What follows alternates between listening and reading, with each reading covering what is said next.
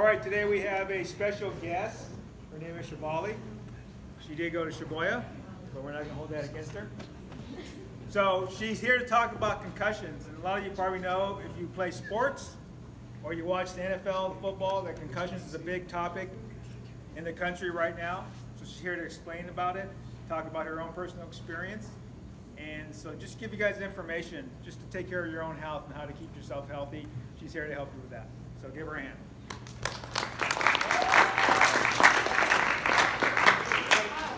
Hi guys.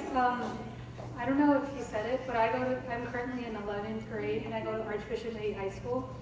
Someone last period asked me if I work at Google because I'm wearing a Google jacket, but I don't because I'm still in high school. Just wanted to clear that. So I previously went to Tom Matsumoto Elementary School, and then I went to Shibuya Middle School. And I know a lot of you will be like, oh my god, Shibuya, yeah, okay. But I'm not here to talk about Shibuya, I'm here to talk about concussions. So a little bit of background about me. I played both basketball and soccer in middle school, and I won the MVP award for both years for soccer and basketball. And I was also the best student athlete and best athlete at Shibuya. So I'm here to talk to you guys about my concussion story. So basically it all started when I was in 8th grade and I was playing for Shibuya's soccer team, and I headed a soccer ball. And I know a lot of you that play soccer must be like, what, heading a soccer ball, you do that all the time. It's like literally like one of the fundamental moves of soccer. And I agree, and that's why I kind of pushed off my headache that I got after it and continued playing. Later that day, I also had a basketball practice, and during that basketball practice, I felt like fainting. But again, being an athlete, you don't want to sit on the sidelines. So I pushed through it again, and I kept doing it until about a week after, when my symptoms got really bad, and I started throwing up and having really bad headaches.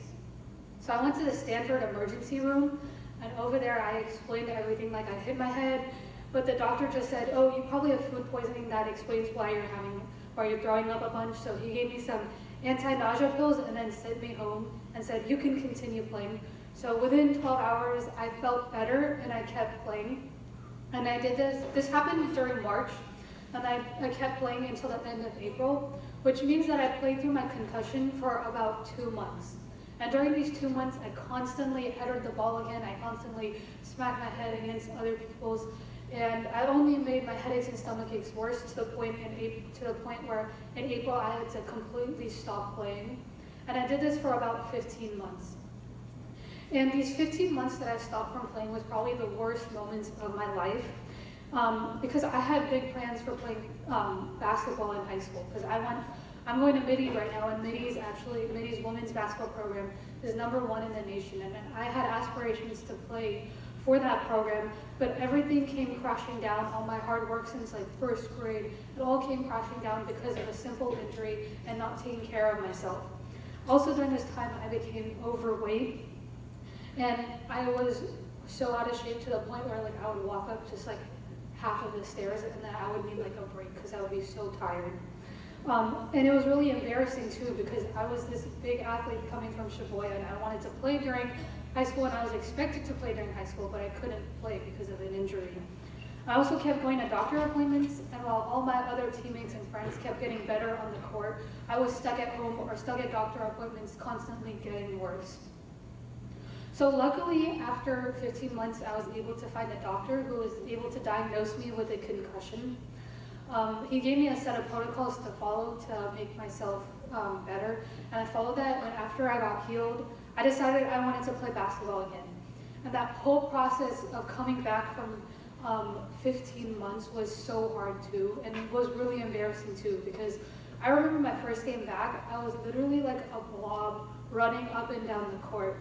And after 2 minutes, I had to pull myself out of the game because I was so tired. And I don't think I even went back into the game because I was so tired. Like, I was completely out of shape. And all these people were constantly judging me, saying like, how can you even play for MIDI? How can you even think about playing for MIDI if you can't even run up and down the court without needing a break? Like, MIDI's the best team in the nation. They have the best players in the nation, and you here can't even run up and down the court. Like, who are you to think that you can play for them? And I thought the same too. But you know what? I was focused, and I kept working. I ran Montgomery Hill. For those of you that are in cross country, probably know the path. I ran that like 4 to 5 times a day. And then on top of that, I run it out at gym, and I practice 4 to 5 times in 4 to 5 hours. And this is like no joke. And then I came home and I was on a diet. It was a really tough process. And to be honest, I don't think anyone should go through it, and I don't think I could have gone through it too if I listened to my body and didn't make some silly mistakes. And that's kind of why I'm here today, is to share my story with you guys, so you guys, when you play sports or get an injury, you guys don't take it for granted, and you actually listen to your body and not just pass over your injury, because they can really cause a lot of trouble to you. I'm also here to remove the misconceptions that people have about concussions. So like, even for my teammates itself, I would constantly hear them saying, if someone hit their head, they would be like, oh, just shake it off. I mean, stop being a baby. Come on, get back in the game. Stop whining. You know, there's nothing wrong with you. If it was a real concussion, you would be like unconscious or memory loss or like bleeding all over the place. And I'm here to tell you, do not give in to that peer pressure, because I did that. I listened to everybody. I'm like, oh, I just headed the ball. There's nothing wrong with me. But actually, there was so much wrong with me. Like, my head was completely messed up, and it only caused me to get worse. Like, if I had just taken time off right after I hit my head, it would have probably taken 1 to 2 weeks. But I kept playing for 2 months, and it caused me to take 15 months off of playing. And for those of you that play sports and know how important practice is, you can understand how 15 months can impact someone's athletic career so much. So if you do get hit in the head, maybe while playing sports or maybe sometime, I don't know, doing something else, I want you guys to just be aware of the symptoms, such as headaches, dizziness, stomach aches, nausea, memory loss, and keep that in mind. And if your symptoms keep getting worse over the days, then you should contact your doctor.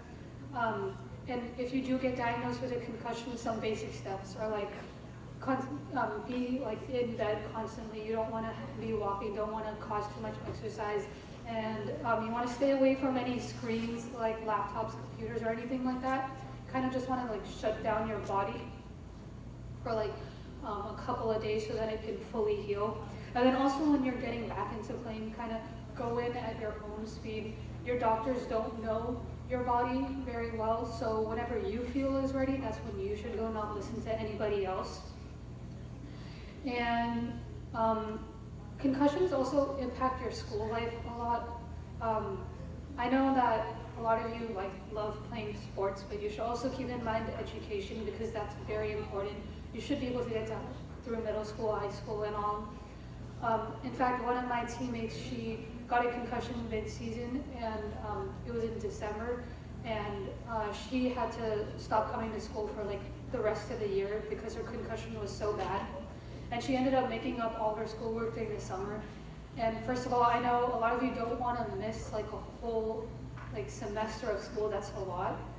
And second, she had to make it up during summer. And I know a lot of you don't want to spend your time during summer. Like in school, you would rather do something that you love to do, like playing sports or something like that. So I also want to quickly talk about what happened to me specifically and how to heal it. So what happened to me is that basically when I got hit in the head, my visual system got messed up. So how many of you know what peripheral vision is? Okay, so not many. Peripheral vision is basically if I look at the clock right now, I can still see there are books and shelves over there to my right and to my left.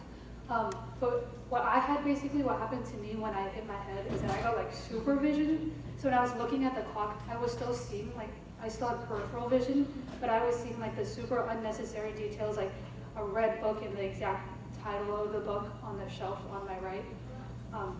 Yeah, it was really weird. It was like supervision, and it's pretty cool, you know. But actually, it caused me so much pain in my head because it was too much information for my brain to deal with, that I started getting headaches and got tired. I couldn't even get through a day without needing to take a 4-hour nap. It was really bad. So what I did to heal it is something called vision therapy, which is kind of like a bunch of eye exercises that you do to fix your visual system. And vision therapy is not very well known at all, so that's why I wanted to introduce it to you guys. Even I went to doctors at Stanford and UCSF, which are like top-notch doctors, like the best in the nation, and they didn't even know what vision therapy was. So I'm just introducing it to you guys, so if you do get a concussion, you can probably think about vision therapy and see if that might help you. That's the end of my speech. So do you guys have any questions about concussions, about MIDI, I don't know, about anything? Any questions? Yeah. Yeah, when you get a concussion, do you always throw up? Is that always something that happens, or that's just sometimes? So his question was like, when you get a concussion, do you always throw up?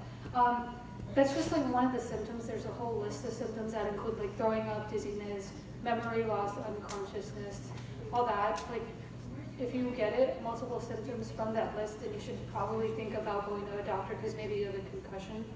But just in general, like headaches are usually one of the typical symptoms of concussions. Throwing up can be associated with it. And what happens if you don't get treatment? You just keep playing. Say it's basketball, well, you're not actually like soccer, you're heading the ball. But in basketball, you're just using your hands, and you keep playing, you keep running, and you're actually making contact with your head. What would happen if you don't get treatment? So his other question was like, what happens if you don't get treated in like sports like basketball? You don't hit your head as much as soccer, or like. So what basically happens is that like for basketball, like even though it's not like a sport you use your head in a lot, there is a lot of collision in it. So first of all, you are making your headaches worse, and second of all, your concussion worse, and second of all, if you don't treat it at all, it only makes your symptoms and everything worse.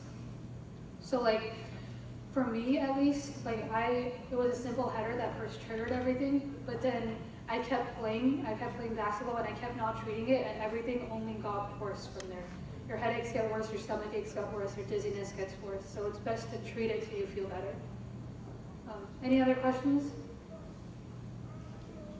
Yeah. Could you tell everybody what a concussion actually is? What is it like, what actually happens when you get a concussion? Okay, so when you get a concussion, it's basically like when you hit your head and your brain inside like shifts a little bit and it gets bruised. So what happens is that when your brain gets bruised, since your brain controls like your whole body basically, if you bruise your brain, then some part of your body also stops functioning properly. And for me, it was my visual system, like my eyes. But for other people, it can be other things too.